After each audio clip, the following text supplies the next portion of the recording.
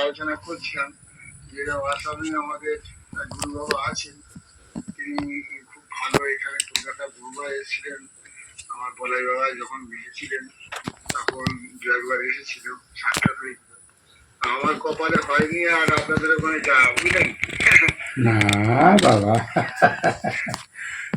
আপনি এখন কোথায় আছেন? আসামে না মেঘালয়? শুনেছিলাম এ মেঘালয়। মেঘালয়ের সামনে আসামে হয় বর্ডারে। ও, যাই হোক, আমার মনটা কেমন করছিল আপনার সাথে একটু সাক্ষাৎ করার। কারণ দাদুর যে কটা ছেলে মানে শিশু, তার মধ্যে আপনি আছেন বলে মনে হয়। না, সবাই তো কলকাতা বাসে গুরু ভাইয়ের মতো। ওই বিজয়বাবু তো উনি দেওয়া গেছেন, বুঝলেন, হুম, শুনেছেন। হ্যাঁ, গণেশ বাবুও চলে গেছে, গণেশ বাবু, অজিত বাবু। সব গেছে, আমার ক্লাস ফ্রেন্ড ছিল ওই সব। হ্যাঁ জানি তো, বাবার মুখে শুনেছি তো। হ্যাঁ, তো যাই হোক, মোটামুটি একটু আমি বাবুদার বললাম যে বাবার একটু খবর টবর নেবো। হ্যাঁ, বয়স হচ্ছে। আমি তো অনেক বয়স্ক শিশুদেরকে লোক পেয়েছিলাম, যেমন সতীশ বাবু, হ্যাঁ চক্রবর্তী বাবু, মৃণাল চক্রবর্তী, হ্যাঁ হ্যাঁ, ওই আতি করি সবাই, মানে একটাও বাদ নাই। আচ্ছা আচ্ছা। এবারে অধর বাবু, গণেশ বাবু, বলাই বাবু, অজিত বাবু, এইসব মানে হয়েছিল লোক। পরে ওই সবেরও লোক হয়েছে, যেমন বর্তমানে যেসব আছে অজের দল, সবারই পরিচিত আছে। এখন আর দূরে যাবার জন্য দেখাটা কেমন কেমন লাগে বাবা, এই জন্য ইচ্ছা করে না এখন। আচ্ছা আচ্ছা, আর বয়স তো হচ্ছে না। অনেক বয়স হয়েছে বাবা, এখন কত চলছে বাবা? এই 85। 85? হুম, আচ্ছা আচ্ছা, ভালো বয়স হয়ে যাবে। আর কত আরো থাকতে হবে অনেকদিন, বুঝলেন। হ্যাঁ বাবা, পরমাত্মার কৃপায় আপনার আরো থাকতে হবে, দরকার আছে। কারণ কেন? জগতে যা পরিস্থিতি এখন চলছে চারিদিকে, ওই পরম সভা বলেছেন না যে এখনো কিছুদিন দুর্ভোগ আছে। হ্যাঁ, এরকম একটা কথা বলেছিল, পেয়েছিলাম যে জগতে আজও এখনো কিছুদিন দেখছি দুর্ভোগ আছে। যাই, যখন দেখা হলে আমি তখন কিছু বলা যাবে, এরকম একটা পেয়েছিলাম বাবার বইতে। আচ্ছা, তো যাই হোক, সেই জন্য আপনার মতন মানুষদের এখন একটু থাকার দরকার আছে আরো কিছুদিন। হ্যাঁ, যেহেতু কেন আপনারা চলে গেলে অনেক সমস্যা হবে। না বাবা, খালি আমি থাকলে কি হবে বাবা? আপনারা কি বাবা। কারণ সত্যিকারের কথা কি, এখন যা চারিদিকে পরিস্থিতি চলছে, তাতে করে একটু জ্ঞানী লোকের না থাকলে একদম জগৎ যাচ্ছে তাই পরিস্থিতি হয়ে আসছে না। সত্য হইতে সবাই ভ্রষ্ট হচ্ছে, পরমাত্মা হইতে বিমুখ হচ্ছে সব। বেশিরভাগ লোক দেখতে পাচ্ছি। আমাদের ভাগ্য ভালো যে আজকে আমরা পরম সভার সান্নিধ্যে একটু আসতে পেরেছি। হ্যাঁ বাবা, আমার দীক্ষা হয়েছে বাবা 1999 সালে বাবার কাছ থেকে, বুঝলেন। আচ্ছা, তো আসামে যতবার সব গুরু ভাইরা গেছে, আমাকে মানে আমি যেতে পারিনি কোনো কারণবশত।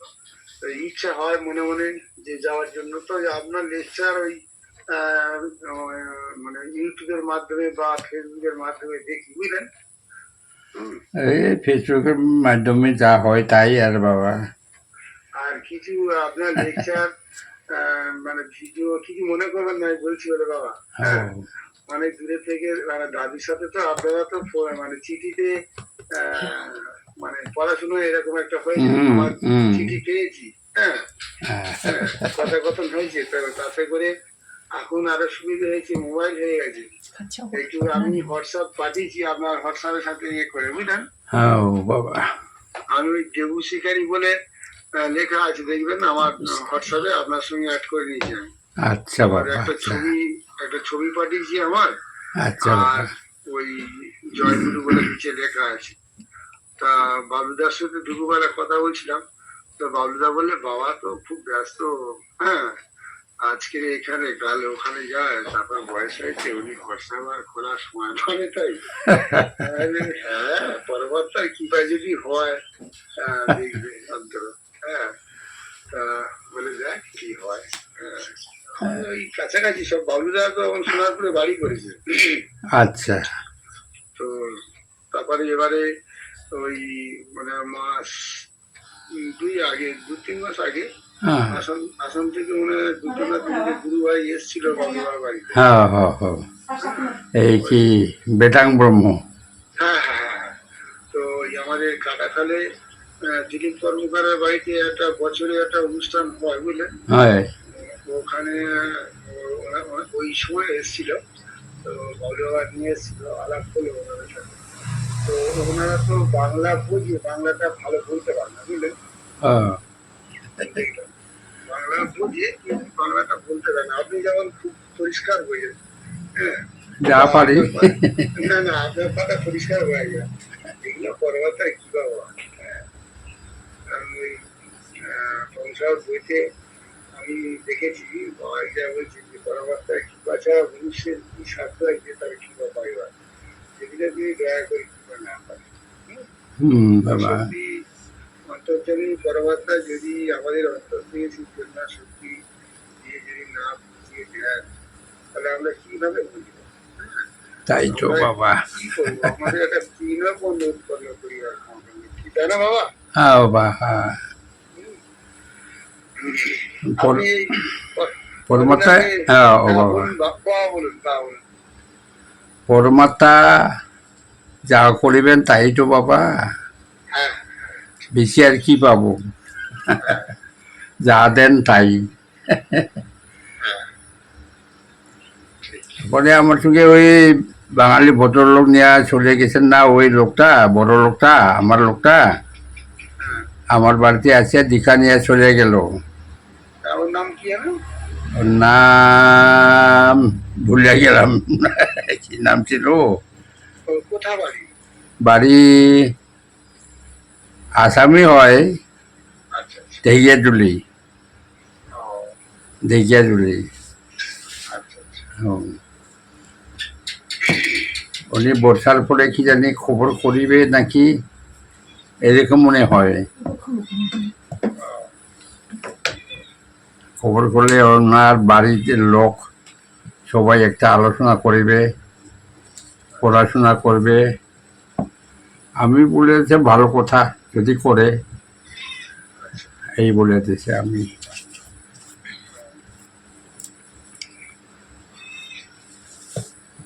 বেশি দূরে যাবার এখন ইচ্ছা হয় না বাবা। বয়স হয়েছে তো, অনেক বয়স হয়েছে বাবা। তবু আপনি এখন অনেক ভালো আছেন, ভগবান তোমাকে আরো ভালো রাখুন। আরো বহুদিন আপনাকে বেঁচে থাকতে হবে। পারি না বাবা, পারি না আর। পরবর্তীকে প্রার্থনা করি পরবর্তী আপনার আরো দীর্ঘায়ু দিক, আপনার মাথায় সেই শুভ বুদ্ধি জ্ঞান দিক, হ্যাঁ, সেই সত্য জ্ঞান যেন আমরা আপনার কাছ থেকে পাই। হ্যাঁ, ও বাবা। আপনার মাথায় ধরা দিলে পরমাত্মা আপনার কাছ থেকে আমরা একদিন পাবো। সবাই সঙ্গে থাকুন বাবা, পরমহংস বাবার কাছে সবাই সঙ্গে থাকুন, সবাই যুক্ত থাকুন, সবাই সঙ্গে থাকতে চেষ্টা করুন, কর্ম করতে চেষ্টা করুন, দু একজনকে উপদেশ দান করুন, তাই কর্ম আর কি করবে বাবা। আমিও সেটাই করিতেছি। ওই লেগে আছি বুঝলেন বাবা। ও ওই আমার গুরুদেব যেখান থেকে গুরুদেবের সঙ্গ করেছি সেই 1998 সাল থেকে বুঝলেন বাবা। হ্যাঁ 1998 সাল থেকে আজও সঙ্গ ছাড়িনি বুঝলেন। হ্যাঁ হ্যাঁ বাবা হ্যাঁ। লেগে আছে পরবর্তী বা পরমসভার কথা একদিনও যদি না আমি আলোচনা করি, আমার তো মানে কিছু যেন অসম্পূর্ণ হয়ে গেল। হ্যাঁ, ও তো ছেলেদের কাছে বলি, অনেক ছেলে এসছে এই লাইনে, দীক্ষা দিচ্ছে, তাদের মারফতও অনেক ছেলে হয়েছে। তো সেখান থেকে আজকে আমাদের গুরুদেব মানে বলরাম বলেছেন যে বাবা তোদের জন্য জোর খোলা রইল, যেমন পড়াশোনা করিস তেমন আজ পড়াশোনা করবি, বৃহস্পতিবার করে এখানে হ্যাঁ, আর বছরে দুটো যজ্ঞ কলকাতা থেকে খাবার। ও, এখন তাতে করে বাবার কথা তো আমরা রাখার চেষ্টা করছি। নতুন বছরে তো দুটো যজ্ঞ কলকাতাতে হয়। হ্যাঁ, তো এখন সেই রাজবাড়ি থেকে বৈদ্যনাথ বিদ্যাপীঠে চলে গেছিল। আচ্ছা, আপনি তো বৈদ্যনাথ বিদ্যাপীঠে একবার গেছিলেন ওই ছেলেদের নিয়ে। হ্যাঁ, হ্যাঁ, হ্যাঁ, সে দেখা হয়েছে আপনার সাথে। তো আচ্ছা, তারপরে ওখান থেকে এখন বাবার বাড়ির সামনে মানে বলাই বাবার বাড়ির সামনে যে ক্লাবটা ছিল, হুম, হ্যাঁ, ওই ক্লাবের মাঠে আপাতত কারণ লকডাউন থেকে হচ্ছে বুঝলেন। আচ্ছা, তো ওখানে দোল পূর্ণিমা মহলা দুটোই হচ্ছে সবার সহযোগিতাতে। আর দিকে দিকে আমাদের অনুষ্ঠান প্রচুর বেড়েছে, প্রচুর। হ্যাঁ, বাবা, অন্তত 25খানা অনুষ্ঠান বেড়েছে বাবা, ওই বড় অনুষ্ঠান। ও, তো সেটা ওই সকাল 9টা থেকে আর সূর্য অস্ত যাওয়া পর্যন্ত করে। হ্যাঁ, হ্যাঁ, আর দিলীপ বাবার বাড়িতে কয়েকটা অনুষ্ঠান আমাদের হয়, বা অন্য কয়েকটা জায়গা হয়, সেটা ওই আপনার উদয় অস্ত হয়। হুম, আচ্ছা, হাতিয়াড়া স্বপন বাবার বাড়িতে 9টা থেকে হয়। হুম, হ্যাঁ, তো এইসব চলছে দিকে দিকে চারিদিকে অনুষ্ঠান। আমাদের এখানে পরমাত্মার কৃপায় আপনাদের আশীর্বাদে হুম, গুরু ভাই বেড়েছে। তারপরে এদিকে যেদিকে তাকাবো সেদিকে সব পঞ্চমার শিষ্য। হ্যাঁ, হুম, সব সন্ধ্যে হলে একটা জায়গায় বসা হয়, বসে সেখানে আলোচনা হয়। তারপরে দিলীপ বাবুর বাড়িতে সপ্তাহে একদিন করে ক্লাস ধার্য করা হয়েছে, সেখানে হুম, পঞ্চাবু আসে বা স্বপনবাবু মাঝে মাঝে আগে আসতো, অনেকটা দূর, ওর মাঝখানে একটু শরীরটা খুব খারাপ হয়েছিল। আর এখান থেকে সকল মিলে আমরা ওখানে একটা মিলিত হয়ে বাবার কথা নিয়ে ওই বৈকাল 4:30 থেকে 8টা পর্যন্ত আমরা বসি। এটা আচ্ছা, সপ্তাহে একদিন। আবার মাঝখানে ওই দেবদাস বাবু এই গেছিল আপনাদের ওখানে, দেবদাস বাবুর বাড়িতে আবার ফের ওই মঙ্গলবার করে আবার ফের একটা ক্লাস করা হয়। তো এখানে বাবার কথা নিয়ে বেশি আলোচনা করা হয়, কারণ গুরু ভাইয়ের সংখ্যা এখানে প্রচুর বেড়েছে, মায়েদেরও সংখ্যা বেড়েছে। আচ্ছা, তো এখানে কয়েকটা মাও ভালো তৈরি হয়েছে, তারা একজন মানে বক্তা হিসেবে বক্তব্য দিচ্ছে স্টেজে আমাদের অনুষ্ঠানে। হুম, হ্যাঁ, বা পড়াশোনা বেশ দেখলাম গতিবেগ তারা আছে, নতুন মানে মানে মানে নতুন জেনারেশন বুঝলেন বাবা, এরা হুম, ওই অল্প বয়সে। হম, আচ্ছা, তো যাই হোক, এইভাবে পরমাত্মার ইচ্ছা আপনাদের আশীর্বাদে চলছে। হ্যাঁ, হুম, তো এইভাবে চলুক। আর ওই ছেলেদের নিয়ে প্রতিদিন সন্ধ্যাবেলা একটা বসা হয়, ওই কয়েকজনের দোকান আছে, দোকানে একটা চাল দোকান আছে, দিলীপ বাবুর কর্মশালা আছে, তারপরে আমাদের বাসুবাবুর সাইকেলের দোকান আছে। এটা নিত্য প্রতিদিন বসা হয় বুঝলেন। হ্যাঁ, সব কাজকর্ম করে সন্ধ্যাবেলায় দিকে দিকে আড্ডা মেরে গেলে হ্যাঁ, আমার কথা নিয়ে একটু আলোচনা হয় 2-3 ঘন্টা। এইভাবে চলছে বাবা। তা আমি হঠাৎ কয়েকদিন আমি আপনার সঙ্গে কথা বলার জন্য আমার জন্য একটা ভিতরে একটা কষ্ট হচ্ছে। কারণ আমি সেই কিছুদিন আগে আমি বাবুদার বলেছিলাম যে বাবুদা চলো একটু আসাম থেকে ঘুরে আসি, তবে কি হয় জানি না, যতক্ষণ আসি ততক্ষণ মঙ্গল। বাবার কাছ থেকে একটু ঘুরে আসি চলে যায়। তো বললো এই সময় বাবার কাছে যাবি, কথা বলতে হবে, বাবা কখন কোথায় থাকে।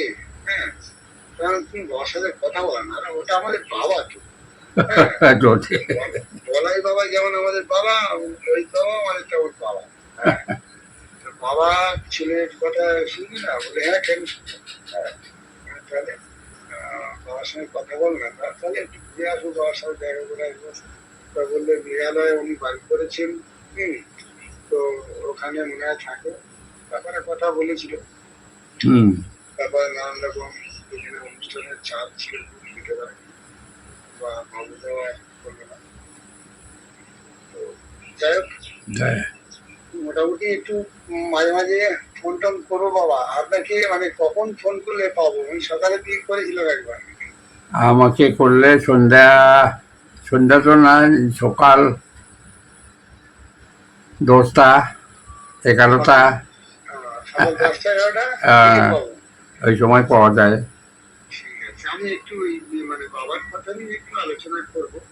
হ্যাঁ, তো আচ্ছা, এখন এখন আমাদের কাছে আপনি আছেন এখন, আর পরামর্শ আছে আমাদের অন্তরে, আপনিও আমাদের অন্তরে আছেন। হ্যাঁ, তো সেজন্য সে একটু ওই সভা আলোচনা নিয়ে হয়তো একটু মানে বিরক্ত বোধ করবো আপনাকে। সিনিয়র লোক তো আর নাই না বাবা, হ্যাঁ, সিনিয়র লোক নাই না আবার। আমি একাই আছি সিনিয়র। আমি জানি তো, আমি জানি তো, আপনি তো মানে আছেন একমাত্র, আর কি আছে কলকাতাও কেউ নেই। ওই আপনি যাদের নাম বললেন, গণেশ বাবা, বিজয় বাবা, বলাই বাবা, অজিত বাবা, সতীশ বাবা, পুজের বাবা, এই সব বাবা তো বিজয় ব্যানার্জি বাবা সব তো চলে গেছেন না। এটাও ঠিক বাবা, কালে বয়সে সিনিয়র, জ্ঞানী সিনিয়র না বাবা। হ্যাঁ বাবা। তো সে যাই হোক, আমাদের গুরু হিসেবে আপনি আছেন। গুরু পরম্পরা সেটা পরামর্শ দিছে বাবাই, সেটা থাকতে হবে বাবা। এই সংসারে যত ধর্ম আছে গুরু পরম্পরা নাই বাবা, যার কারণে সব ধর্ম নষ্ট হয়ে গেছে, বিভ্রান্ত হয়ে গেছে, ভ্রষ্ট হয়ে গেছে। গুরু পরম্পরা না থাকিলে তাহলে ধর্ম হবে না বাবা। ধর্ম খারাপ হয়ে যাবে, অধর্ম হয়ে যাবে। গুরু পরম্পরা থাকতে হয় বাবা। এখন গুরু না থাকিলেই গুরু বাবা তো আছে না, বাবার চারিত্রিকা, অমৃত সাগর, পরম কল্যাণ, গীতা সব আছে না, হ্যাঁ, আছে। ওই সবই গুরু। এই গুরু বাক্য, সে বাক্যর সঙ্গে সবসময় যুক্ত থাকতে হবে বাবা। তবে যদি পরমহংসর ভক্ত হয়, শিষ্য হয়, ওখানে ওখানে যাতে আমরা সবাই পালন করতে পারি, পরমহংসর শিষ্যত্ব গ্রহণ করতে পারি, সেই চেষ্টায় থাকা সকলেরই দরকার। না হলে বাবা এই কলিযুগে সত্যযুগ আবির্ভাব হওয়া বড়ই কঠিন হবে, আর অনেক দিন দরকার হবে। ওই জন্য তাড়াতাড়ি সবাই সত্যের প্রতি ধাবমান হওয়া চাই। সত্যের প্রতি ধাবমান হলে পরে আমরা সবাই বিশুদ্ধ অন্তঃকরণ হবে। বিশুদ্ধ অন্তঃকরণ হলে ভালো কাজ করতে ইচ্ছা করিবে। এইভাবে আমরা তৈরি করতে হয় নিজেকে। নিজে আগে তৈরি করা চাই নিজেকে, পরে সবাইকে। প্রথমে নিজে ভালো হওয়া চাই, তারপরে পাশাপাশি যাকে পাওয়া যায় তাকে যদি করা যায়, ভালো ভালো উপদেশ দেওয়া যায়, যদি উনি মানেন পরমহংসের কথা, তাহলে সংসার আস্তে আস্তে সত্যের প্রতি ধাবমান হবে। তার আগে হবে না বাবা। আমরা শুনি না, আমরা বুঝি না, আমরা কোনো সৎ আলোচনা করি না, সৎকর্ম করি না। আমি ভাবে যোগ্য দিলে কাজটা হয়, হবে না বাবা। যোগ্য দিলে কাজ হয় নাকি? হবে না। ব্যবহারিক পারমার্থিক, ব্যবহারিকটাও ঠিক থাকতে হবে। যদি ব্যবহারিক ঠিক না হয় তাহলে পারমার্থিক ঠিক না হব। পারমার্থিক ঠিক না হলে ব্যবহারিক ঠিক না হয়, ঠিক সেই মতো পারমার্থিক ঠিক না হলে ব্যবহারিকটা ঠিক না হব, উল্টা পুল্টা হয়ে যাব। এই উল্টা পুল্টা কাজ করিলে যতই কাজ করো না কেন, যতই যোগ্য করো না কেন, যতই কিবা কিবি করো না কেন, আমরা জ্ঞানে হবে না বাবা। এই কথা।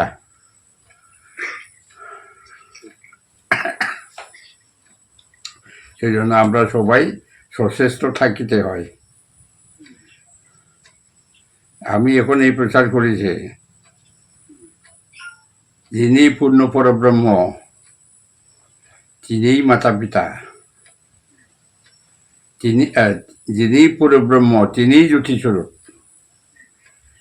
তিনিই মাতা পিতা, তিনিই গুরু, তিনিই আত্মা, তিনিই পরমাত্মা। ওটা এই কথা আমি লিখে প্রচার করছি আজকে। এই মাত্র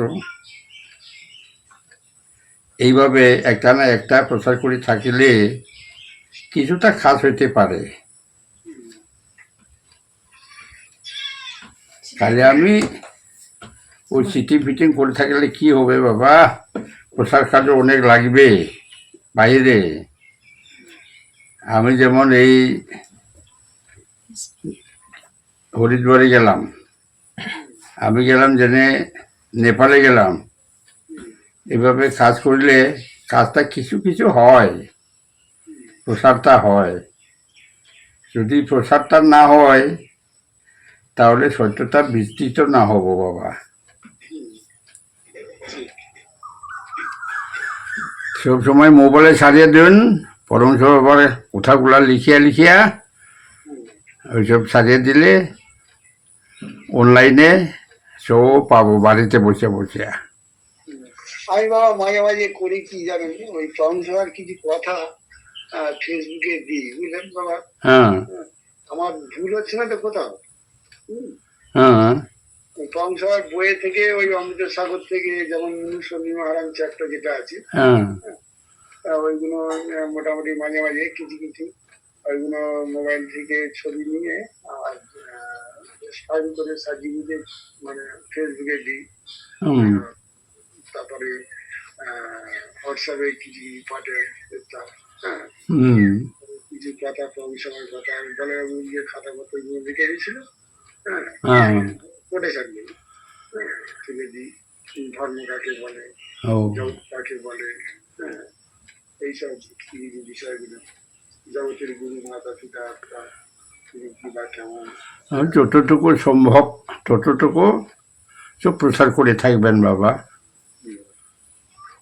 বরং আবার সব সব নিজের কথা না, হ্যাঁ, নিজের ব্যক্তিগত কথা কি আছে, আমার কিছুই নাই বাবা, আমার কিছু আমরা তৃণমূল উৎপন্ন করিবার সব পরম বাবার কথা। পরমসভা একজন পূর্ণ জ্ঞানী সত্যদ্রষ্টা ঋষি দর্শন করেছেন তিনি। তিনি আমাদের মানে কি বলবো অন্তর্যামী বললেই একরকম ভুল হবে না, ও বাবা, তাই না বাবা? আচ্ছা বাবা, পরমহংস বাবা আমাদের পরমহংস বাবা হ্যাঁ অন্তর্যামী বললে হয়। বাবা যা বলেছে অন্তর্যামী আমি অন্তর থেকে যে প্রেরণা দিচ্ছে আমি সেই রূপ বলে দিয়েছি। হ্যাঁ, হ্যাঁ বাবা বলেছেন বাবা যে আমি যেন পরমহংস বাবার কোনো সঙ্গ হয় নাই, করে বাবা তো হয়েছে আমার। এই পরমহংস বাবা যা বলেছেন করে বাবা তাই শিখাইছেন আমাকে, এই আর কথা। পরম্পরাগুলো, এই পরম্পরাগুলো থাকতে হয় বাবা। দাদুর কথা বলছেন। হ্যাঁ, আপনাদের কথা, দাদুর কথা, আমাদের গুরুদেব মানে বড়বাবুর কথা বলছি, বুঝলেন। উনি বলতেন যে আমরা সব একসাথে একই গুরুর কাছে পড়াশোনা করেছি। আমি তো বড়বাবুর বাড়িতে ক্লাস করতাম না বাবা, যে ওই আমি দিলীপ বাবা, স্বপন বাবা, গোবিন্দ বাবা, দিলীপ বাবা, ওই রামনগরের সঙ্গে বাবার কাছে পড়াশোনা করতাম।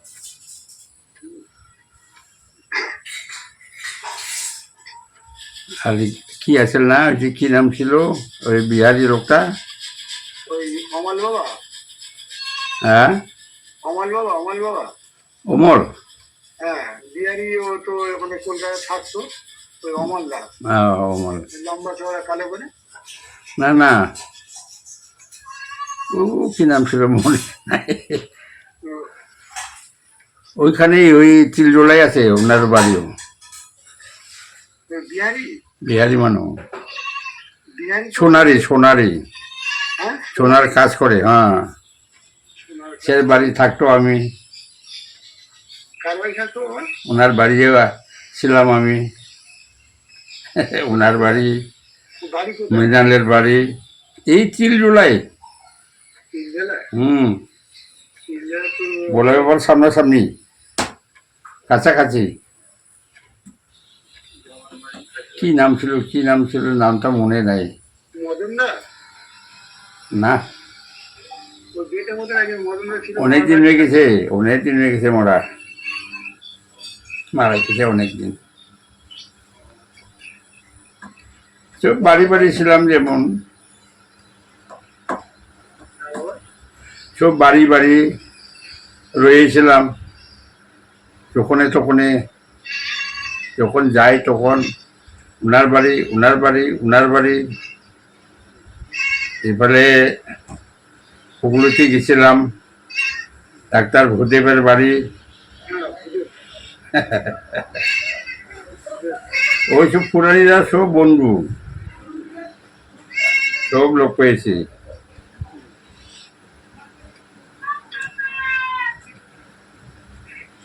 পরমশু বাবার, মণিমোহন বাবার বা শর্মা বাবার ওইসব শিষ্যরা প্রায়ই শেষ হয়ে গেছে। তখন এই বাবাটা রয়েছে, কলে বাবা। কলে বাবাটাকে আবার ফির নতুন আরম্ভ হয়েছে, শিষ্যদের ডেভেলপ। তার আগে ছিল না, খুব কম। ফণিভূষণ চ্যাটার্জি ওইসব আসামে আইসেন না, ওই সবের গুরু পরম্পরাটা প্রায় শেষ হওয়ার মতো হয়েছিল। এই বাবাই করে বাবাই পুনঃস্থাপন করিয়েছে।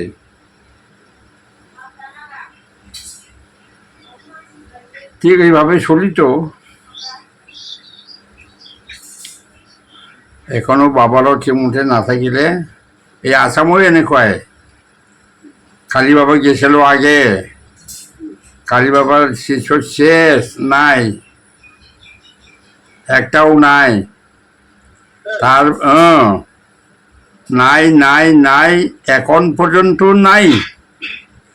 পরে আমি 1972-তে গিয়া এই বাবার সঙ্গ করিয়া যা পড়াশোনা করলাম, যা শিখলাম, আমি এখন যেমন এই সত্য ধর্মের প্রতি পরিচালনা হইতেছি, আমি যেমন করিতেছি।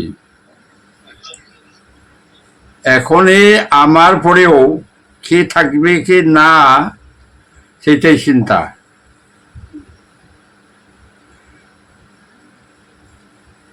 লোকজন হবে কি না চিন্তা। আমি আর কঠিন থাকিব।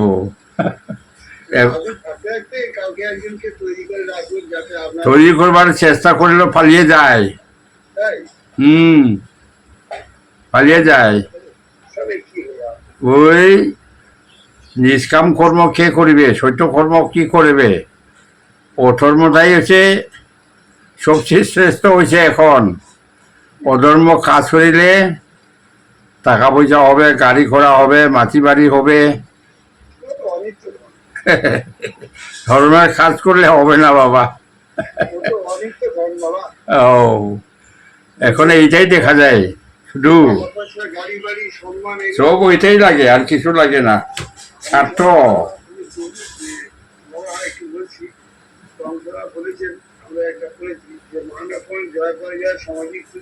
হ্যাঁ হ্যাঁ, বাবা এই যে কথাগুলো বলেছেন আমাদের কণ্ঠরা, ও কথাগুলো তো আমার শুধু শুনলে হবে না, শব্দার্থের সূক্ষ্ম ভাবার্থ যদি আমি ঠিকভাবে অন্তরে গ্রহণ না করিতে পারি বা কাজে যদি আমি রূপ দিতে না পারি, তাহলে এই কাজ নিষ্ফল হয়ে যাবে না। এখন এই সামাজিক শব্দ বলতে আমি কি বলতে হবে? আমি সামাজিকই আছি এখনো, যে স্বার্থটা ত্যাগ করতে পারে নাই। সামাজিক স্বার্থ পরিত্যাগপূর্বক হয়েছে,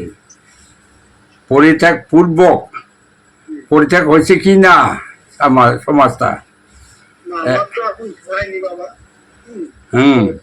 চেষ্টা আছি। তো এটা যদি আমরা চেষ্টা থাকি, পরমাত্মা একদিন হয়তো করিয়ে দেবে। মোহগ্রস্ত হয়ে থাকলে তো হবে না। অর্থের প্রয়োজন আছে, বিষয়ের প্রয়োজন আছে, ঠিক আছে। স্কুল শরীর থাকলে তো এগুলোর প্রয়োজন থাকবে। তো সেগুলো প্রয়োজন কতগুলি, সেই প্রয়োজনের অতিরিক্ত যেন না হয়, অপ্রয়োজনে যেন না লাগে, যতটুকুই প্রয়োজন। বাবা বলেছেন, বলেছেন যে স্কুল শরীর খাওয়াতে এক মুষ্টি অন্যের প্রয়োজন, আর লজ্জা নিবারণের জন্য 1 খণ্ড বস্ত্রের প্রয়োজন, হুম। আর বাসস্থানের জন্য আকাশের নিচে যেখানেও পরমাত্মা কি পায় একটা বাসস্থান থেকে। তা কতজনে বুঝে, কতজনে পালন করে? তো এই কথাটা মেন কথা কি আমি বাবা আমি একটু বলছি কে বুঝলো না বুঝলো সেটা পরের চিন্তা। এখন আমি যেখানে আপনার কাছ থেকে শুনছি, বাবার কাছ থেকে বলছি, এটাকে এটা শব্দ অর্থ ভাব অর্থ আমাকে বুঝতে হবে, হুম। আমাকে জানতে হবে। আগে আপনো আচারও আমি পরকে শেখাবো। হ্যাঁ, আমি নিজে সেই জায়গাটা যদি আমার নিজের চরিত্রটাকে আমি যদি সংশোধন করতে পারি, আমার নিজের সেই গুণের যে বিকাশ, সেই গুণের বিকাশটা যদি আমি আহ, ফলাতে পারি বা বহিঃপ্রকাশ করতে পারি বা কাজকে রূপ দিতে পারি, তাহলে তো আমি মনে করি যে কম সময়ের এই যে কথাগুলো করে আমার জীবন সার্থক হয়েছে। কারণ আমি আমার নিজের চরিত্রকে আগে প্রথমত সংশোধন করতে হবে। হুম। হ্যাঁ, তো সেটা আমাকে আগে করতে হবে, তারপরে আমি আমার মধ্যে কতটা হয়েছে না হয়েছে নিজেকে ভেরিফিকেশন করতে হবে। আমি অসত্য হইতে সবসময় দূরে থাকবো, সত্যের অনুরাগী থাকবো সবসময়, সত্য কথা বলবো, সৎ বলে চলবো, সৎ উপদেশ দেবো, সত্য ছাড়া মিথ্যার কোনো প্রশ্রয় নেবো না। যা হয়েছে হয়েছে, কিন্তু যখন থেকে সত্যকে জানলাম দুইটাই সত্য, এই সত্য পরে থাকলে এই হয়, মিথ্যা পরে থাকলে এই হয়, সেই যখন জানলাম তখন তো নিজেকে পরিবর্তন করতে গেলে নিজে সিদ্ধান্ত নিতে হবে। হ্যাঁ, হুম। তো এবারে আমার গুরুভাই হয়তো সে পারলো না, বা আমার আত্মীয় পারলো না, বা আমার প্রতিবেশী হয়তো পারলো না, সেটা আমার বড় বিষয় না। আমি নিজেকে আগে ঠিক করি। আমি নিজেই যদি ঠিক হই, হ্যাঁ, হ্যাঁ, নিজেই ঠিক হওয়া চাই। আমি নিজে যদি আগে ঠিক হই, তাহলে আমার গুণের যে বিকাশ সেটা কিন্তু তারা একদিন না একদিন দেখতে হবে যে না এই ছেলেটা দেবী ছেলেটা, ও তো আগে এরকম ছিল, এখন দেখছি এর আচরণ সম্পূর্ণ উন্নত ধরনের, এটা তো খুব ভালো। তো সত্য সকলের নিকট সত্য হয় বাবা, আমি এইটুকুনি জানি। হ্যাঁ, তো এগুলো নিজের নিজের কর্ম, তো নিজের করতে হয় আগে, তারপরে অপরকে আমরা উপদেশ দেওয়ার চেষ্টা করি। বাকিটা পরমাত্মা যাকে হুম। দিয়ে খেলা খেলাবে তাকে সেই খেলা খেলতে হবে। আমি নিমিত্ত মাত্র বাবা। তো কংসভা আরো বলেছে যে রাজার অন্তরে রাজবিদ্যা, প্রজার অন্তরে প্রজাবুদ্ধি, যোদ্ধার অন্তরে যোদ্ধা শক্তি, কারিগর অন্তরে কারুবিদ্যা, ভিন্ন ভিন্ন বিদ্যা বুদ্ধি সংযুক্ত করিয়া জগতের বিচিত্র লীলা সম্পাদন তিনি করছেন। অর্থাৎ টানার খেলা তিনি খেলছেন। এই খেলাটা বোঝা বড় মুশকিল। এই বিশাল বাজিগারের বাজি বাবা, আমরা একটা সামান্য ব্যক্তিগত মনুষ্য শরীর ধারক যে বেদিয়া, সেই বেদিয়াদের যে কৌশল জাদু আমরা ধরতে পারি না। হুম। আর হুম। জগৎ বাজিগারের বাজি আমরা কিভাবে ধরবো? কি ধরিব? তিনি দয়া করে যদি আমাদের কাছে ধরা না দেন, তাহলে কিন্তু সেই কৌশল ধরার কোনো ক্ষমতা আমাদের নেই। ক্ষমতা নাই। কি বাবা ভুল বলছি বাবা? না, না বাবা, না। আমি একটু বোঝার চেষ্টা করছি বাবা। হুম, বোঝার চেষ্টা করিব বাবা। আশীর্বাদে আহ হয়তো গুরুজনের আশীর্বাদে, গুরুদের আশীর্বাদে আমি একটু চেষ্টা করি। আমি নিজেকে দিনে দিন বলে মনে করি যে আমি কিছু জানি না। এই যখন কালকে গতকাল ছেলেদের সাথে একটু আলোচনা করছিলাম, হুম। বাবা আপনি এত কথা জানতেন ভিতরে, আমি কি জানতাম না। আমি বাবা আমি কিচ্ছু জানি না, এখানে আমার কিছু বলো না। হ্যাঁ, আমি কিছু জানি না। যা জানেন অন্তর্জামী জানেন, যা জানেন পরমাত্মা জানেন, আর যা জানেন আমার পরমসভা জানেন। এই বাবার 7খানা বই আছে, ওগুলা বাবার কাছ থেকে জানো। হ্যাঁ, বাবার সেই কথাগুলো আমরা একটু বোঝার চেষ্টা করি। হয়তো 100%-এর মধ্যে হয়তো 1% আমরা হয়তো বুঝতে পেরেছি, সেটাই আমরা তোমার কাছে বলার চেষ্টা করছি। এখানে আমাদের কোনো কৃতিত্ব নেই, আমাদের একটা তৃণমূল উৎপন্ন করিবার ক্ষমতা নেই রে বাবা। হ্যাঁ, তো কথা হচ্ছে তোমরা ভক্তি শ্রদ্ধা সহকারে এই শব্দ অর্থ ভাব অর্থ ঠিকভাবে গ্রহণ করার চেষ্টা করো। আমি কথা দিচ্ছি পরমাত্মা তোমাদের অন্তর থেকে প্রেরণা শক্তির দ্বারা বুঝিয়ে নেবেন। দেখো তোমরা যেন সত্য ভ্রষ্ট না হও। সত্যের প্রতি সর্বদাই অনুরাগ থেকে বাবা। হ্যাঁ, আর নিত্য অনিত্য বস্তু বিচার এটি করে চলবে বাবা। পরের মাকে মা বলে ডাকবে, পরের বাবাকে বাবা বলে ডাকবে, পরের দুঃখে দুঃখী হবে, পরের সুখে সুখী যাবে। হ্যাঁ, ভগবান তোমাদের মঙ্গল করবে, অবশ্যই করবে। হ্যাঁ, একটু 100% যত সম্ভব, বাবা যত সম্ভব। হ্যাঁ আমি তো অসম্ভব অসম্ভব যেটা সেটা করার কোনো কি নাই না, আমার শক্তি নাই না। হ্যাঁ যত সম্ভব করিতে পারা যায় হুম। করা ভালো, এই ওই হলো মাঝে মাঝে কথাটা। ওই রামেশ্বর বেরা ওই হাওড়া থেকে ফোন করে আমাকে, বুঝলেন বাবা? ও ওই রামেশ্বর বেরা, তো ও মাস্টারি চাকরি করতেন আগে, এখন আচ্ছা আচ্ছা রিটায়ার হয়ে গেছে। আচ্ছা তো ভদ্রলোক আমাদের থেকে বয়স্ক একটু। আচ্ছা ও আমাদের কলকাতার কালীগঞ্জে যোগ্যতে আসে প্রতি বছর, দেখা হয়। তো উনি মাঝে মাঝে ফোন করলেন, বলে কই দেবো, কেমন আছো? আমি বললাম, ভালো আছি। হ্যাঁ, এই আপনার সঙ্গে যেমন কথা হয়, ও এরকম ভাবে ওই লোকটা এরকম একটু আলোচনা দেখেছি, ওই গীতা বা কংসার বই নিয়ে একটু আলোচনা করতে ভালোবাসে, বুঝলেন? হ্যাঁ হ্যাঁ আমাকে বললো, বাবা দেখো আমি অনেকের কাছে ফোন করি, একটু বিরক্ত বোধ করি, কি করবো বলো, একা রিটায়ার হয়ে গেছি, আশপাশে তোমাদের মতন কলকাতার মতন অত আমাদের এখানে গুরু ভাই কেউ নেই, আমি একা হয়ে গেছি। আর সংসার কথা যারা জানে তাদের সাথে তো আলোচনা করে একটা স্বাদ পাওয়া যায় না, হুম অনেকে বিরক্ত বোধ করে, শুনতে চায় না। হ্যাঁ, তো যাই হোক, আপনার সাথে আমি একটু আলোচনা করি, তা ওই আলোচনা হয়। বাবা বলো, হ্যাঁ, ওই হয়তো ধর্ম বিজ্ঞান দিতে কিছু আমাদের সামর্থ্য কিছু পারবো বললাম, গীতাকে কিছু এইসব আলোচনা করলো। হুম। তো লোকটা সবই ঠিক আছে, একটু মানে কিছু মনে করেন না বাবা, হুম ছাড়া কথা অতিরিক্ত বেশি বলে ফেলে, বুঝলেন? হম। তো যাই হোক, একজন এক এক রকমের, তারা এগুলো হয় কি গুরু মুখ বিদ্যা তো, হ্যাঁ, গরুমুখী বিদ্যা। তো গুরুর সঙ্গে পড়াশোনা করে গুরুর কাছ থেকে তৈরি হওয়া আর বই পড়ে তৈরি হওয়া দুটোর মধ্যে অনেক তফাৎ, হ্যাঁ অনেক প্রভাত। তাই না বাবা? হ্যাঁ বাবা হ্যাঁ। তো গুরু আমাদের প্রথমত শিষ্টাচার বোধ শেখাবে, হ্যাঁ, হুম ব্যবহারিক শেখাবে। আমাদের গুরুদেব বলতেন, বাবা ব্যবহারিক মাতা পিতাকে আগে ভক্তি শ্রদ্ধা করবি, সম্মান করবি, হ্যাঁ, গুরুর সামনে ব্যক্তিদের সম্মান দিবি, হ্যাঁ, তাহলে দেখবি ব্যবহারিক মাতা পিতাকে যদি ভক্তি শ্রদ্ধা করি, তাহলে জগতেরই গুরু মাতা পিতা এই ব্যবহারিক মাতা পিতার মধ্যে থেকে সন্তুষ্ট হবে। হ্যাঁ, আর হুম যদি ব্যবহারিক মাতা পিতাকে ভক্তি শ্রদ্ধা না করিতে পারিস, তাহলে কিন্তু বাবা জগতের গুরু মাতা পিতাকে যতই চেষ্টা করিস পাওয়া বড় মুশকিল। একদম ধ্রুব সত্য কথা, এই যে কথাগুলো বলতে চোখ দিয়ে জল আসে, বুঝলেন বাবা? হুম তো যাই হোক, আমার বাবাও সার্ভিস করতেন সরকারি।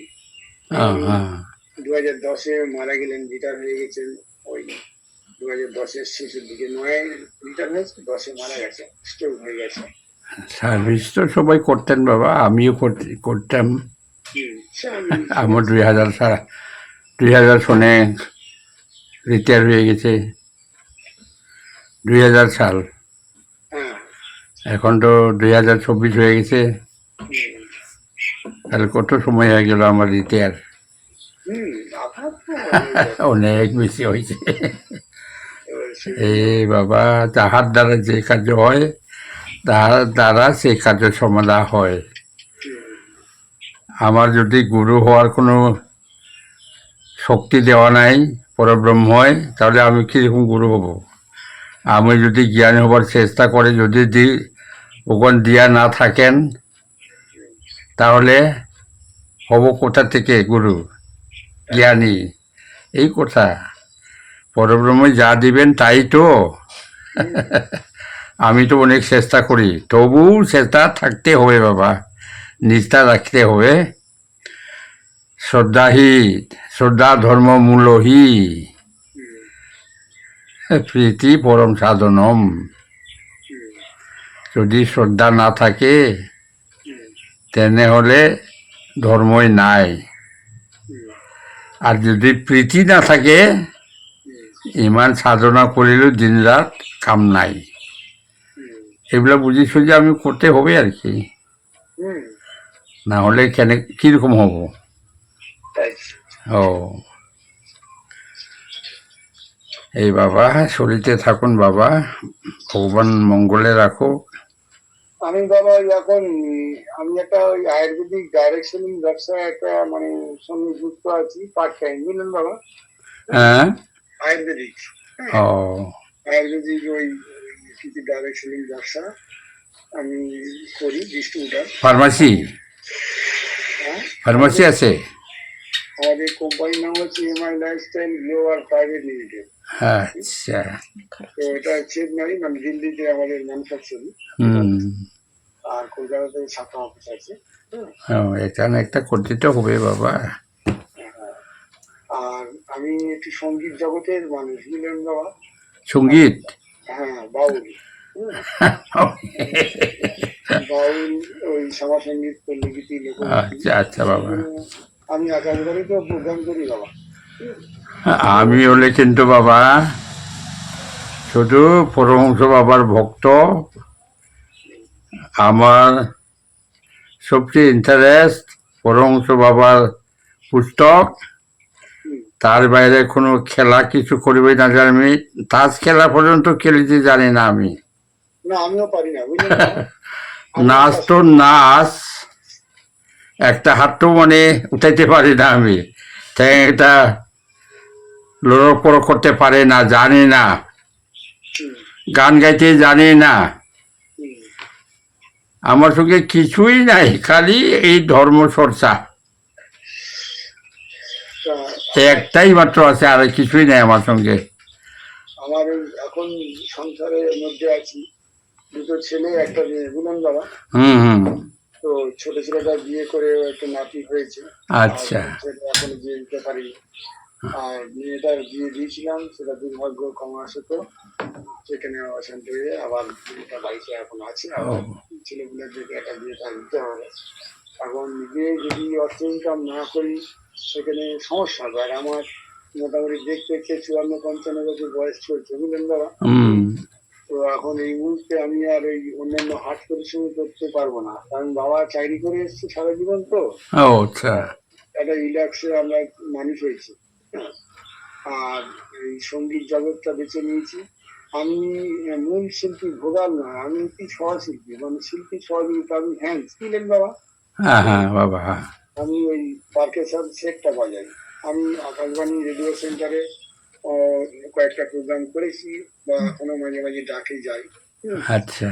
তো তারপরে রেকর্ডিং প্রোগ্রাম, স্টুডিও প্রোগ্রামে যাই। তারপরে লোকালে যেসব ওই স্টেজ প্রোগ্রাম সেখানে যাই। তথ্য সংস্কৃতি দপ্তরের যে সরকারি যে একটা সংস্থা আছে সেখানে প্রোগ্রামও করি। এই শিল্পী জগতে, বাউল জগতে, ভজন টজন এইসবগুলো আমি মানে সহযোগিতা করি বা গান বাজনা করি। তার থেকে একটা পয়সা আসে, সেটা দিয়ে আমার এই পুজোর মালপত্র কেনা বা আমার নিজের একটা ব্যক্তিগত হাত খরচা হাতে চলতে গেলে থাকে। তো তারপরে এই অনুষ্ঠান সেই অনুষ্ঠানে যাই। এই সেদিনকে নলপুর গেলাম, তারপরে হাওড়া জেলায় গেলাম। হ্যাঁ, এই তাদের পৌরসভার অনুষ্ঠান, কারো গৃহ প্রবেশ হচ্ছে, কারো দীক্ষা হচ্ছে। হ্যাঁ, আমাদের বড় বড় অনুষ্ঠানের মতন অনুষ্ঠান করছে সকাল থেকে সন্ধ্যে পর্যন্ত। সেখানে যোগদান করতে যে গুরু ভাইদের সাথে একসাথে মিলিত হতে গেলে বাবা একটু পয়সার দরকার আছে। আর সবসময় তো ছেলেদের কাছে ভরসা করা যায় না। তো সেই জন্য নিজের কিছু ইনকামের দরকার আছে। আর বাড়িতে আমার একটা মুদিখানা ছোট মতন দোকান আছে, সেটা আমাদের গিন্নি দেখভাল করে। টুকটাক নিয়ে এসে দিই, মানে ভুসিমালের দোকান, বুঝলেন না। তো এই দিক এদিক ওদিক করে মোটামুটি পরামর্শ কি করে চলে যায়। তো তারপরে আমার মেন সাবজেক্ট হচ্ছে আমার পরম্পরা, ধর্ম। কিন্তু এইগুলো সাইড, আর সব সাইড ইনকাম। সব কর্মের 1 নম্বরে পরামর্শ, 1 নম্বরে পরমসভা। সেটা ঠিক রাখতে হবে বাবা। আমার ধর্ম হচ্ছে মেন কন্ডিশন। আর বাকি এইটাকে রক্ষা করার জন্য যে অর্থের প্রয়োজন সেগুলো করার জন্য সৎ পথে ইনকাম করি আমি। হ্যাঁ, যা এক পয়সা হয়। তো সেই জন্য এদিক ওদিক করে কোন রকম ভাবে আমার চলে যায়, ওইটাই যথেষ্ট বাবা।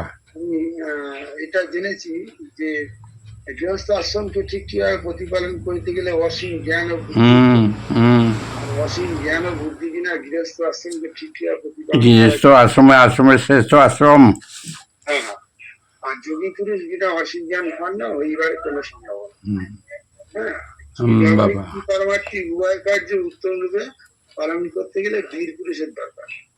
হুম, ও বাবা সেই যে বিষয়গুলো এগুলো তো একটু মানে পড়া বা শোনা জানা আছে তো, হুম সেগুলো ভাবি যে ব্যবহারিক যে সংসার বা ব্যবহারিক যে আমাদের জগৎ, ব্যবহারিক পারমার্থী, এই দুটো উভয় তালে তাল না দিলে হবে না। আর পক্ষীর যেমন দুটি পাখা, একটা হচ্ছে ব্যবহারিক, একটা হচ্ছে পারমার্থিক। হুম এই কোনো একটা পাখা দুর্বল হয়ে গেলে তখন নিচে ঝাপটি ঝাপটি করতে হবে, আকাশে সুস্থভাবে গমনাগমন করা যাবে না। হ্যাঁ, এগুলো গুরু কাছ থেকে শিখেছি, জেনেছি, গুরু গাছের সঙ্গ করে। তো তাতে করে ব্যবহারিকটা মেন, ব্যবহারিকটাকে দেখতে হবে।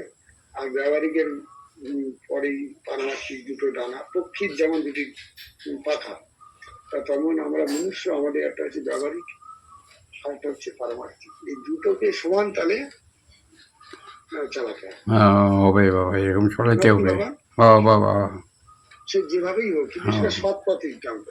সৎ পথে করতে হবে, সৎ পথে থাকতে হবে, সৎ কথা বলতে হবে, হ্যাঁ, সৎ পথে চলিতে হবে তার মানে। আর এই পরমহংস থাকিলে তাহলে সৎ পথটা হবে বাবা। হুম। পরমহংসটা ছাড়িয়ে দিলে কিন্তু হবে না বাবা। পড়াশোনাকে ছাড়বে কি? আমি জীবনে যেদিনকে বাবার কাছে যাই, বলাই বাবার কাছে, 1988-98 সালে, বুঝলেন বাবা, হুম সেদিনকে আমি যখন কংসাবার সাবজেক্টটা আমার মাথায় ঢুকলো বাবার কাছ থেকে, বলাই বাবার বাড়ি থেকে, হুম তখন থেকে আমি দৃঢ় প্রতিজ্ঞা করিলাম নিজের কাছে, হুম হুম যে এই পথ ছাড়া যতদিন স্থূল শরীরে প্রাণ আছে, হ্যাঁ, ততদিন ততদিন যেন এই তোমার কর্মে নিযুক্ত থাকতে পারি। তোমার হইতে, এই সত্য হইতে যেন আমি ভ্রষ্ট না হই। যে পরমাত্মা সত্য হইতে যদি ভ্রষ্ট হই, তাহলে আমার জীবন বৃথা হয়ে গেল। হুম আমি সেইটাই। প্রতিজ্ঞাবন্ধী একদম। আর সেদিন থেকে সিদ্ধান্ত স্থির করে ফেলেছি।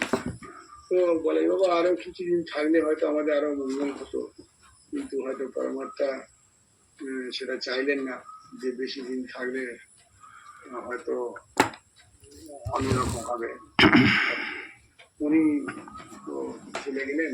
উনি যাওয়াতে আমরা একটু ভেঙে পড়েছি, ভরা সংসার থেকে উনি চলে গেলেন। হুম, সবই তো যাবে, হ্যাঁ, যেতে কেউ থাকবেন না। তার কথা হলো কি, কিছু আগে কিছু পরে যাওয়ার কারণটা হলো পরব্রহ্মের নিকট কিছু না কিছু অপরাধ হয়ে থাকিলে সেইটা এফেক্ট হয়।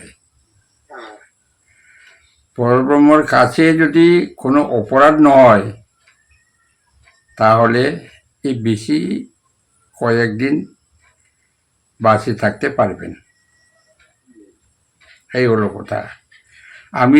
আমি সবাই রাইট পথে আছে, আমি রং পথে যাব না, কিন্তু আমার মনটাই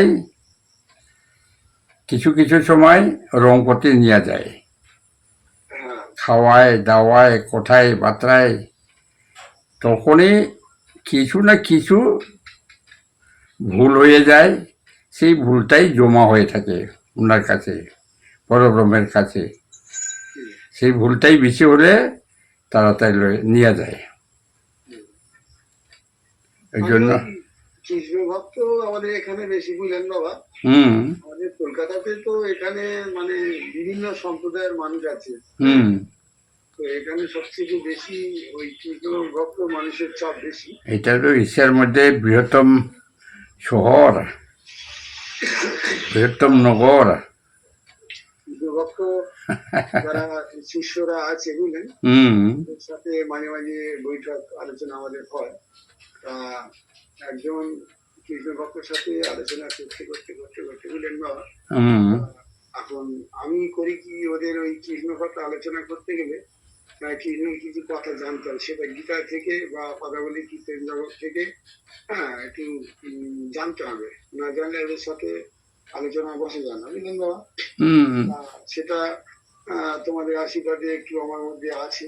হুম, হুম তা দিয়ে মানে কাঁটা দিয়ে কাঁটা তুলতে হয় না বাবা, হুম তা সেই জন্য ওদের মধ্যে প্রথম ঢুকে যায়। হ্যাঁ, হুম সেই গিয়ে ওদের মনোরঞ্জন করার পরে আমি বলি যে দেখো বাবা, এবার তোমরা বুঝে তো এই বিষয়টা যেটা করছো বা বলছো যে তোমাদের হরিনামে বলে যে নাম যখন নাম হবে নাম হবে সার, নামের গুণে কিতাব যারা তরে যাবে তার।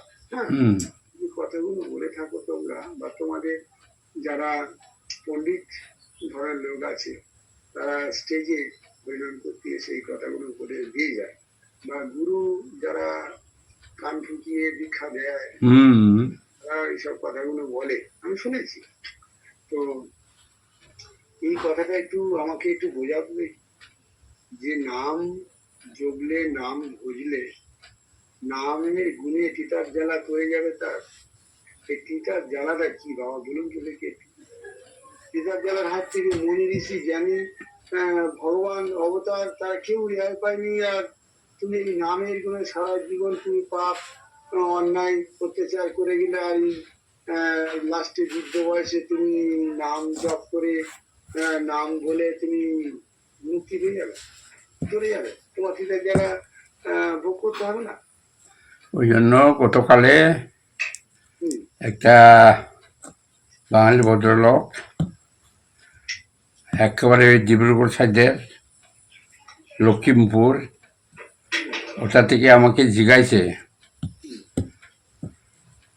কলিযুগে যুগাহতি নাই নামে সার। এটা কি কথা বাবা? বুঝছে, হুম, কলিযুগে যুগাহতি নাই নামে সার, এই কথা গীতা কত শ্লোকে আছে আমাকে বলে দাও তো, কোথায় আছে? তুমি যদি দেখাতে পারো আমি মানিব, যদি গীতায় নাই, শ্লোক নাই, তাহলে মিথ্যা, এই বলে দিছি আমি।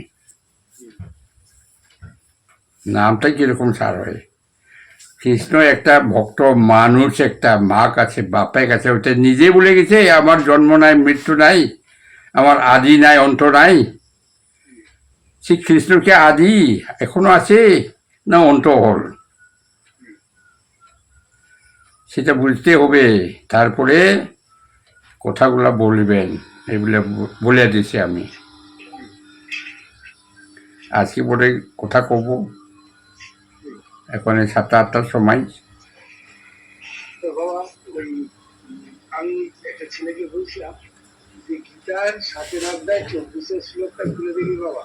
হ্যাঁ আমি ওই আমার সাথে যে হরিভক্ত ছেলেটার সাথে আলোচনা হচ্ছিল বুঝলেন বাবা, হুম হুম তো ওকে আমি বললাম, ও আমাকে ওরকম বলেছে যে কলিযুগে যোগ্য নাই, না আমি কে বললাম নামই হ্যাঁ এরকম বলে বুঝলেন। কোন শ্লোকে আমি আছে? দেখো, দেখাতে বলবেন, দেখাতে বলবেন কোন শ্লোকে আছে। তো আমি ওকে গীতা খুলে দেখিয়ে দিয়েছি বুঝলেন। হ্যাঁ, হুম যোগ্য আছে কিনা দেখ, শ্রীকৃষ্ণ ভগবান যোগ্য করেছে, আর উনি যোগী পুরুষ ছিলেন, শ্রীকৃষ্ণ ভগবান যোগী পুরুষ ছিলেন। হ্যাঁ, উনি একজন যোগী পুরুষ। তো তাহলে কথা হচ্ছে শোন বাবা, গীতার 7 অধ্যায় 24 শ্লোকটা খোল, খুলে দেখ শ্রীকৃষ্ণ ভগবান তোকে কি বলছে, আমাকে বলছে। হ্যাঁ, ও বাবা, 10 শ্লোকেই আছে, তৃতীয় অধ্যায় 10 শ্লোকেই আছে না? হ্যাঁ আমি ওকে বলছি বুঝলেন বাবা, ও যে গীতার 7 অধ্যায় 24 শ্লোকটা খোল, খুলে ওখানে দেখ শ্রীকৃষ্ণ ভগবান তোকে বলছে যে অল্প বুদ্ধি মনুষ্যগণ প্রকৃত আমার স্বরূপ কি তা না জানি আমাকে মনুষ্য বোধ ভাবনা করলে পারে, অর্থাৎ আমি কোনো ব্যক্তি বিশেষ না, আমি সাধারণ বস্তু তৎ সম্বন্ধে কোনো কল্পনাই করিতে পারে না। দেখতে বাবা কি বললো ওখানে, হুম আর তুমি কি ভাবছি যে কৃষ্ণ একটা মনুষ্য শরীরধারী, প্রাপ্তবংশ শরীর ইন্দ্র সৃষ্ট, হ্যাঁ হুম তাই মনুষ্য আকৃতি ভাবছিস বলে, তাই তোদেরকে বলছি ভগবান শ্রীকৃষ্ণ যে অল্প বুদ্ধি মনুষ্যগণ, অল্প বুদ্ধি মনুষ্যগণ কিন্তু আমার স্বরূপ কি তা না জানি আমাকে মনুষ্য বোধ ভাবনা করলে পারে। কৃষ্ণ কৃষ্ণ পরমাত্মা রায় নাম হচ্ছে কৃষ্ণ, জানিস বাবা? তাহলে কৃষ্ণ মনুষ্য নয়, এই কৃষ্ণ মনুষ্য নয়। হ্যাঁ, রাম মনুষ্য নয়। বাইরে বাইরে দেখবি আকাশ মন্দির জ্যোতি বা প্রকাশ, তার জীবের অন্তরে চেতনা বা জ্ঞান, তার আয়ের নাম কৃষ্ণ রে বাবা। হুম তা তুই বলতো শরীরের মধ্যে যে কৃষ্ণ আছে চেতনা রূপে, তুই বুঝতে পারছিস? তোর অন্তর্জগতে পৌঁছ।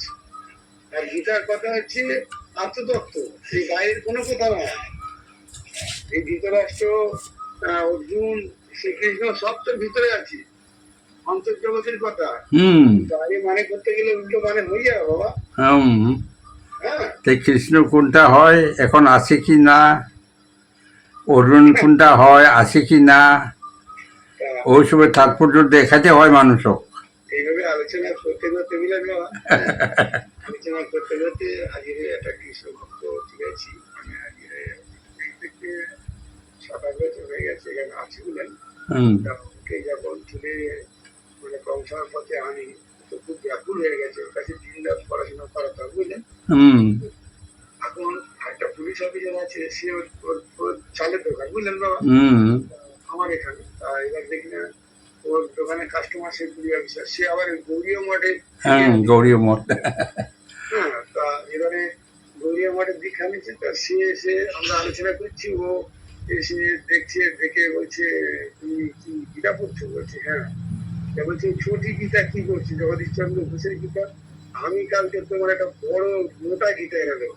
হ্যাঁ, হুম তা বলছি ঠিক আছে এনো। হ্যাঁ, তা এবারে আমরা যোগ্য করি, আমাদের এখানে একটা মানে প্রচার আছে, জেলা যোগ্য পাখি বুঝলেন। হুম আমাদেরকে ওরা দেখলে একটু আবার একটু অন্যরকম ভাবে। হুম, হুম এরা সূর্য পুজো করে, কেউ বলে অগ্নি পূজা করে, কেউ বলে যোগ্য পাঠি করে। হ্যাঁ, হুম এরকম মানে ওদের চাপটা এখানে বেশি তো। হুম এবার এরকম বলে, আমি বাবা ছাড়ি না, আমরা যে কদিন এখানে আছি সব বাঘের বাচ্চা, মানে সিংহের বাচ্চা বুঝলেন তো। হ্যাঁ, আমরা যে কথাগুলো বলি দলিল আছে, আমাদের দলিল ছাড়া কথা বলি না। হুম হ্যাঁ, হুম তোরা যে কথাগুলো বলিস, সেই কথাগুলো তো প্রমাণ দেখাবি, কেন হুম শাস্ত্র গ্রন্থ সঙ্গতি রক্ষা করে কথা বলি। হ্যাঁ প্রুফ থাকতে হবে, প্রুফ।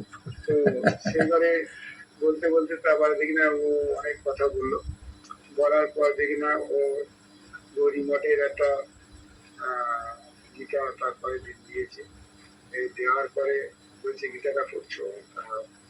বলছি না অত সময়টা নেই, তারপরে পরে পড়ো। তাই গীতাটা পড়েছে, পড়ার পরে এবার বাবা ওই গৌরী মঠের যে গীতা হুম মধ্যে ওই ওই বাবাজির নাম ভুলে যাচ্ছি, গৌরী মঠের আচ্ছা প্রভুপাদ বুঝলেন বাবা। আচ্ছা ওই প্রভুপাদ এই গীতাটা প্রভুপাদ, বাংলা হুম। অনুবাদ করেছে, বুঝলেন।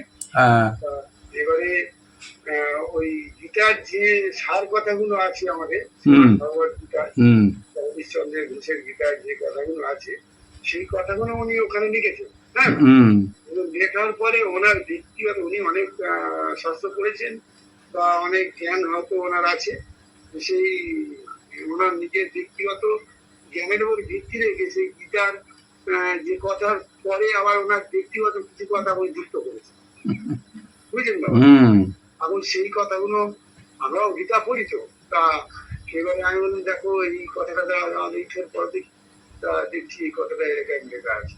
আমি বললাম এই গীতাটা তুমি পড়ছো, বুঝতে পারছি কিছু? বলে হ্যাঁ বুঝতে পারছি, খ্যাপটা লাগছে।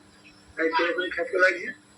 বলছি এই অব্দি যেটা পড়লাম, এই লাইনটা হচ্ছে ওই ছোট গীতায় বা ভগবত গীতাতে লেখা আছে, কিন্তু ভগবতের যে গীতা এই পরে আবার এটা যুক্ত করেছে ওনার কিছু কথা, কারণ এটা হচ্ছে ওনার ব্যক্তিগত নিজস্ব মত, বুঝলেন তো। হুম একদম ওই শিষ্যের সামনে বলেছে, বুঝলেন বাবা। হ্যাঁ তো ও তো পুলিশ অফিসার বুঝলেন, হ্যাঁ কলকাতা পুলিশ। ও বলছে কি করে তুমি বললে? আমি তুমি গীতা পড়ো, গীতা গীতা কি বুঝো? গীতা বুঝে বলতে হবে। একটা কথা আছে, শব্দার্থের সূক্ষ্ম ভাবার্থ ঠিক জায়গায় গ্রহণ না করলে এই কাজের ফল। হুম, হুম জানি না তোমরা কিরকম পড়াশোনা করো, হুম, তো বোঝার চেষ্টা করো। এইটা যেটা লিখেছে, এই অব্দি লেখা আছে, এটা হচ্ছে গীতার কথা, ব্যাসদেবের কথা, শ্রীকৃষ্ণ ভগবানের মুখশ্রী বাণী ব্যাসদেব লিখলেন। হুম আর বাকি পরে যে কথাটা লেখা আছে, এটা আপনাদের প্রভুপাদের ব্যক্তিগত মত। কেন একজন ব্যক্তিগত মত? উনি কি পূর্ণ জ্ঞানী না উনি সত্যদ্রষ্টা? উনি একজন মঠের বাবাজি তো। তো ওনার ব্যক্তিগত মত এখানে কি যদি পড়ে কি হবে বলুন, এখানে কি জ্ঞান পাবো? এই নিয়ে একটু আলোচনা হয় বুঝলেন। হুম তারপরে হতে এবারে আমি ওনাকে আরো কিছু কথা বললাম, বলার পর তারপরে উনি পূজাতে দুর্গাপুজোর সময় ছুটি পেয়েছিল এক সপ্তাহ ভোর আমার সাথে হুম কন্টিনিউ আলোচনা করেছিল, কন্টিনিউ। হুম এমনকি ও আর দু একদিনকে ডেকেও নিয়ে এসেছিল ওদের মানে সম্প্রদায় ছিল। আচ্ছা তা আমি শুধু কি জানেন বাবা, আমি জানি যে আমার অন্তর্জনী আমার অন্তরে আছে, হুম জানি না হুম যা করবেন অন্তর্জনী অন্তর থেকে প্রেরণা শক্তি প্রেরণা দিয়ে। দ্বারা করাইবেন। আর আমার পরমসভা আমার মস্তকে আছে। হ্যাঁ, হ্যাঁ আমার গুরু যেখানে আছে সেখানে আমার কোনো ভয় নাই। হুম আর হুম সর্বোপরি পূর্ণ পরব্রহ্ম জ্যোতিস্বরূপ গুরু সীমিত আছে। হুম, তো তার প্রতি আমার নিষ্ঠা আছে, অগাধ বিশ্বাস আছে। হ্যাঁ, হুম তো তার শরণাপন্ন হয়ে, আর আমার বলাই বাবু আমার ঘুরতে বলেছিলেন যে বাবা যেখানেই আলোচনা করবি যেখানেই যাবি, হ্যাঁ হুম উনকা ঝান্ডা উড়াবি, তো ইধার উধার যেদিক যাবি সব দিকে জয় জয় হয়ে যাবে। হুম আর বুড়িকে ছুঁয়ে রাখবি, বুড়ি অর্থাৎ বুড়ির মাথা ছাড়লে কিন্তু তোরা মার খেয়ে যাবি, বুড়িকে ছাড়বি না। বুড়ি অর্থাৎ পূর্ণ পরব্রহ্ম জ্যোতিস্বরূপ গুরু, মাতা পিতা আত্মা, উনি হচ্ছেন বুড়ি। হুম হ্যাঁ, ওনাকে মাথায় রাখবি, ওনাকে মাথায় রেখে ওনারই ওনাকে স্মরণ হুম করে আলোচনা করবি, দেখবি কোথাও তোকে কোনো অসুবিধা হবে না। সত্যি কথা, এগুলো গুরুমুখী বিদ্যা, একদম বাস্তব বাবা। বাস্তব বাস্তব পূর্ণ পরব্রহ্ম জ্যোতিস্বরূপ বা পরমসভাকে স্মরণ করে আমি যখন আলোচনা শুরু করেছি বুঝলেন, ওরা শিক্ষিত, আমি কিন্তু মূর্খ বুঝলেন বাবা। হ্যাঁ হ্যাঁ এর তুলনায় আমি মূর্খ, আমার মানে পুঁথিগত বিদ্যা একদম নেই, কোন রকম ভাবে নাম সইটা পারি বাইরে জানেন বাবা। হুম আর ওরা তো ভালো বংশের ছেলে, ভালো শিক্ষিত ঘরের ছেলে, চাকরিভূত করে, ওদের আভিজাতটা আছে একটা। হ্যাঁ, পুঁথিগত হুম বিদ্যার একটা অহংকারও আছে। হ্যাঁ, হুম এইসব ব্যাপার তাদের সঙ্গে আলোচনা করে সে লাস্টে দেখি না আউট হয়ে গেল হুম বুঝলেন, হুম আউট হয়ে গেল। মানে এই যে ছেলেটাকে বেস্ট করে যার দোকানে আলোচনা করছিলাম, ওই দাসুবাবুর দোকানে, চালের দোকানে, আচ্ছা ও আজকে 36 বছর এই বৈষ্ণব ধর্মে দীক্ষিত ছিলেন বুঝলেন। আচ্ছা হ্যাঁ, তো সেই ছেলেটা হঠাৎ দেখি না ব্যাকুল হয়ে গেছে আমার আলোচনা শুনে বুঝলেন। হুম যে বাবা আমার দীক্ষা দিয়েছি করো। দেখো বাবা, তোমার অসুবিধা কি হচ্ছে বলো, তুমি দীক্ষার জন্য অত ব্যাকুল হচ্ছে পারো। হ্যাঁ, তুমি যদি ইনকাম করছো, খাচ্ছ, সংসার করছো, চলাফেরা করছো, তোমার কোনো অসুবিধা হচ্ছে কি বলো। হ্যাঁ, আমরা তো ওই সমাজে যেমন গুরু আছে ওরকম ভাবে কান ফুটিয়ে দীক্ষা দিলাম, তারপরে সে মরলো কি বাঁচলো দেখার দরকার নেই, এরকম আমাদের এটা হয় না, এটা সিস্টেম নয়। হুম আগে তোমাকে এই ক্ষেত্র পরিষ্কার করতে হবে, আগাছাগুলো পরিষ্কার করতে হবে, হুম তারপর বাবা বীজ রোপণ করতে হবে, এটা সিস্টেম। হম, তোমার এগুলো জানো আরো, জানতে জানতে তারপর দেখলাম খুব ব্যাকুল হয়ে গেল। আমি দেখলাম যে ওর একটা ছটপটে এসে গেছে বুঝলেন বাবা। হুম তারপরে নিত্য আলোচনা হয়তো, তারপরে গুরু ভাইদের সঙ্গে পরিচয় পত্র করিলাম, দেওয়ার পরে তারপরে ওকে দীক্ষা ঠিক করলাম, করে ওনাকে দীক্ষা দেওয়া হয়। হম, হুম দেওয়ার পরে তারপর উনি পড়াশোনা করে ভালো। পড়াশোনা করতে করতে এখন একজন ভালো বক্তা, মানে স্টেজে ওকে বহুবার ওকে বলার সুযোগ দেওয়া হয়েছে। আর ভালো মুখস্থ করতে পারে বুঝলেন না। হুম হুম সবার একজন আপাতত দৃষ্টি যেটা দেখছি আগে 6-7 বছর, হ্যাঁ হুম 6-7 বছর যা দেখছি আপাতত দৃষ্টি এখন একটি বংশধর শিষ্য বলে মনে করি আমরা। হুম আবার ওর হাত থেকে ওই বৈষ্ণব সম্প্রদায় থেকে আরো 10-12 জন ওই আবার বুঝিয়ে করে নিয়ে এসছে। এইরকমই করতে হয় মানুষকে, হ্যাঁ, তবে যদি তো সত্য রক্ষা হয়।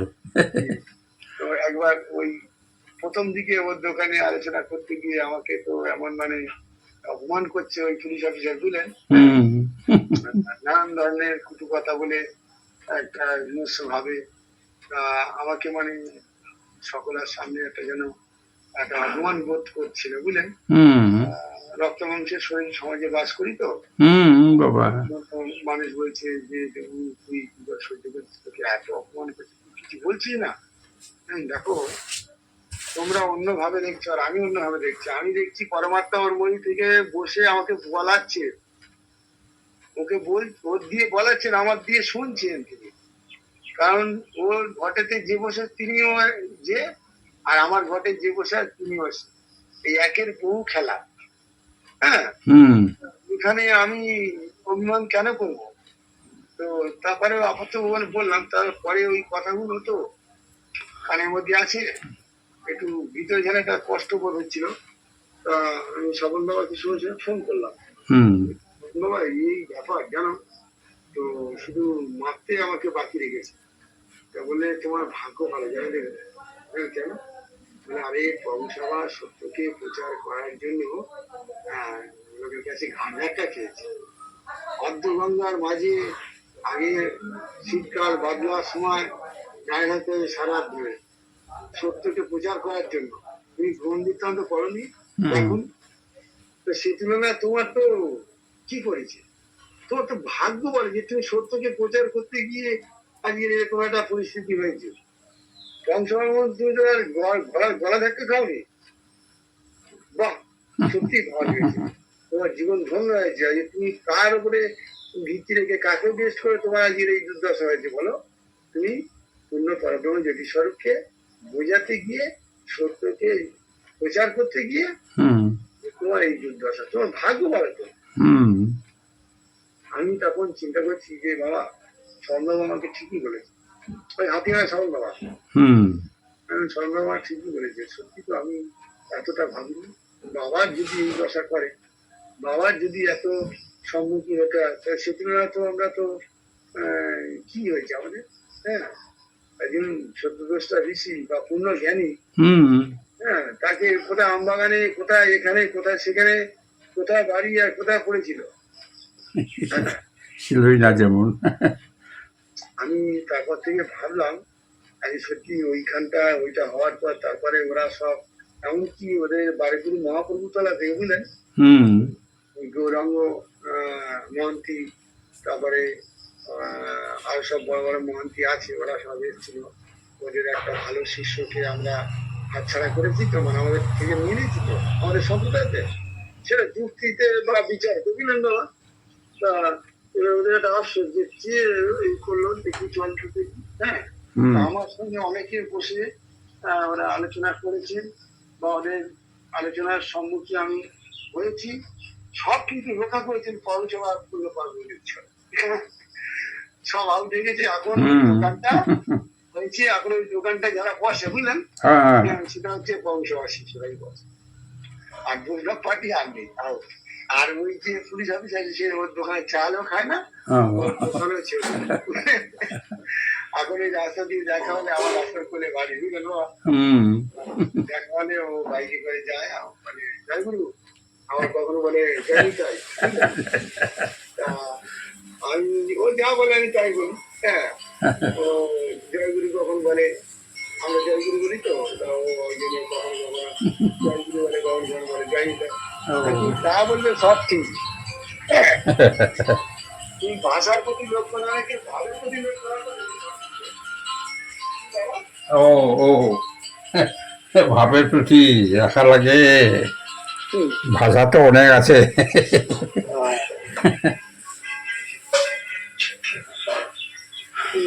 যাই হোক বাবা, আমি খুব ভালো লাগলো আপনার সঙ্গে আলাপ বাবা ফোনে কথা বলে।